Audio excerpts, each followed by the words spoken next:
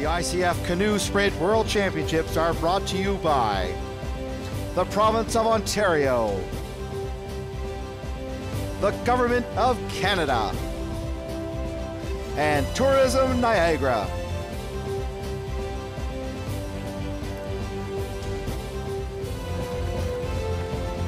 And up next is race 110, the B final of the under-23 men's K2 1,000 meters. We've got a really fast Canadian crew in lane 3 here, but in lane number 1 at the top of your screens, Republic of South Africa, McLaren and Schmidt. Japan's in lane 2, Akashi and Murakami. And lane number 3, Rob Clark from Mississauga, Ontario, and Andrew Jessup from Halifax. And lane number 4 from Austria, Wachten Trumer. Lane 5 from Norway, Volden Hemdal. Lane 6 from Sweden, Summermatter and Domison. And lane number 7 from USA, Chris Miller and Stanton Collins. Latvia's Andres Kostenko and Juris Apters in lane 8. And lane number 9 from India, Arabram and Mishra.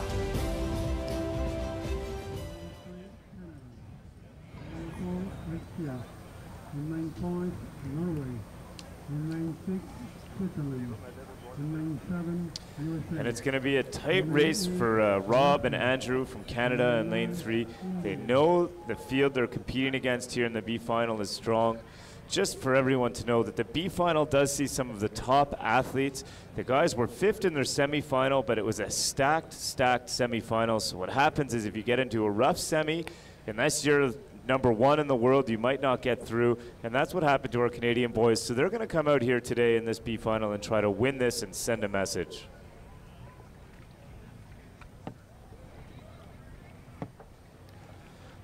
I'm expecting a lot from them in this tailwind as well. They are a lighter crew, but very fast and very fit. So they're just going to try to blast off the line and hammer down this whole 1,000 meters. And one of the advantages that our Canadian crew can bring to this race, Tom, is that their stroke rate can get up to about 170 strokes a minute off the start. They'll settle into about 120 is the normal working stroke rate, but they'll probably try and keep it at 140 because of their lighter frames. They're going to depend on a faster stroke rate for a better propulsion down the course. But here we go. The Canadian boys are in lane 3. We've got Rob Clark and Andrew Jessup.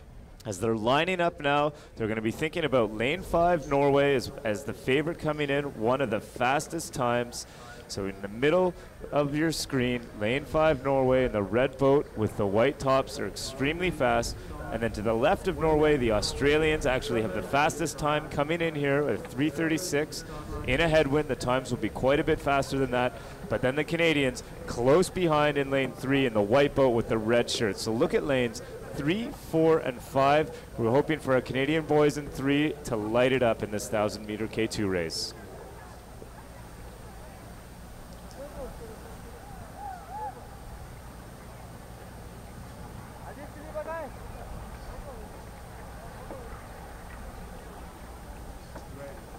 I really like lane number 9, India's Arabam and Mishra. Watch them off the start, and we've got a false start. This gives us a chance to highlight the Indian crew.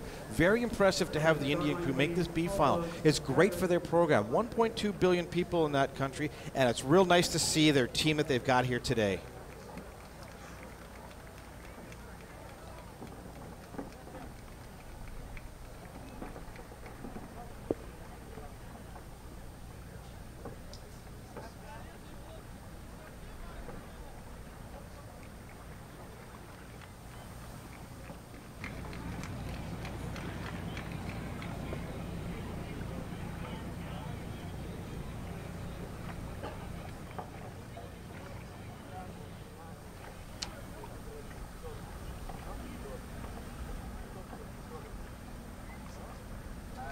The false start doesn't always happen in 1,000 meters. We'll see more of them in the 200 meters, but all it means is that someone jumped the gun.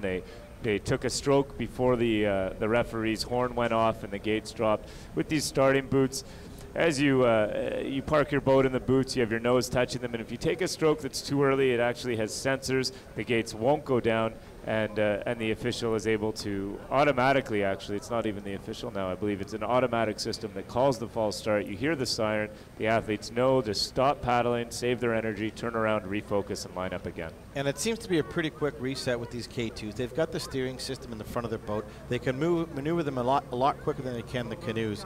But here we go with the men's K2 U23 1,000 meter B final.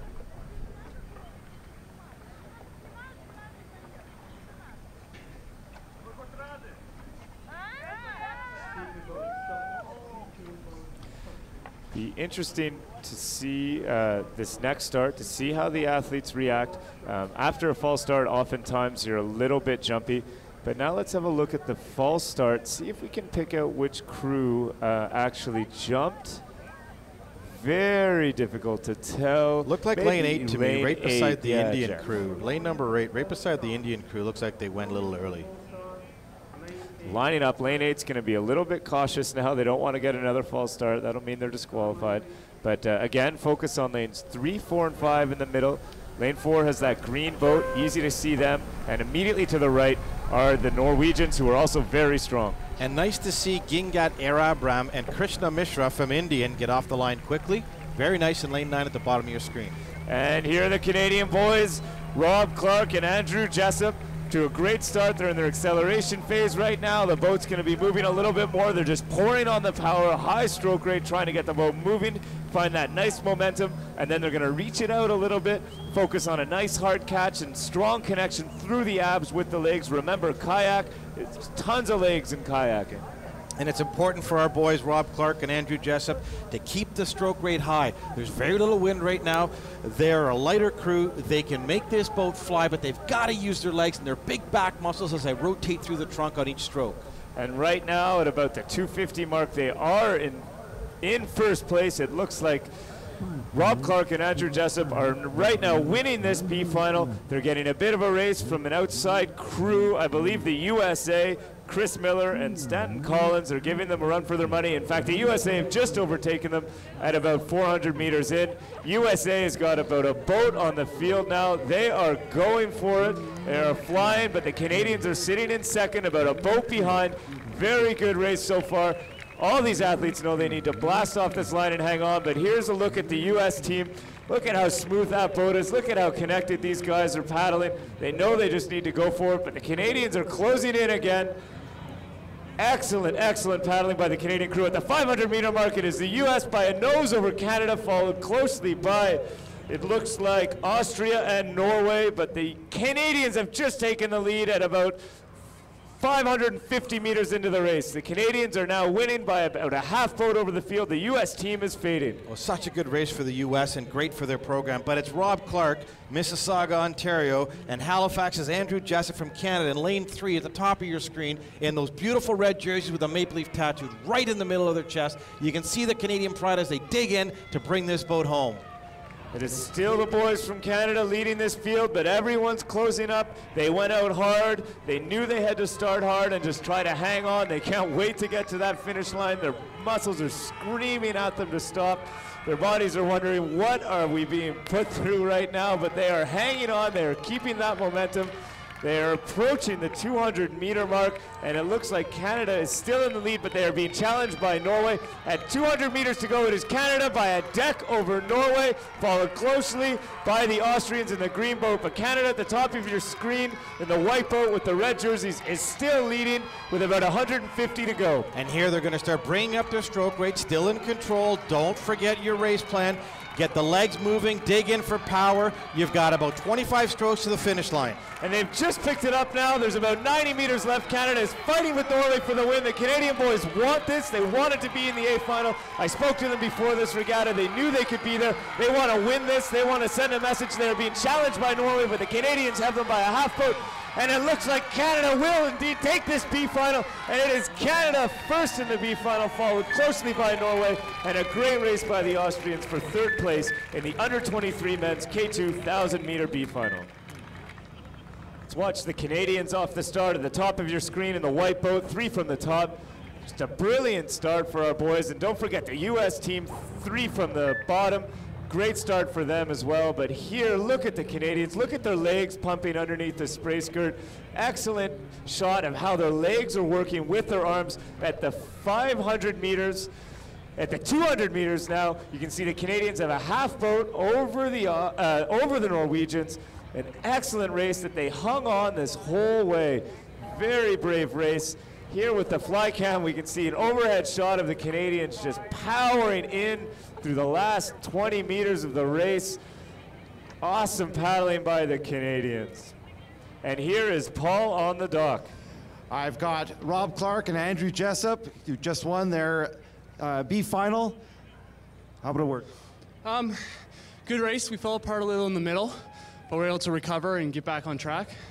That's the result we wanted, but not the race we wanted to do it in. If you think back towards your semifinals and the heats, how was this compared to that race? It was definitely better. We didn't paddle very well in our semifinal.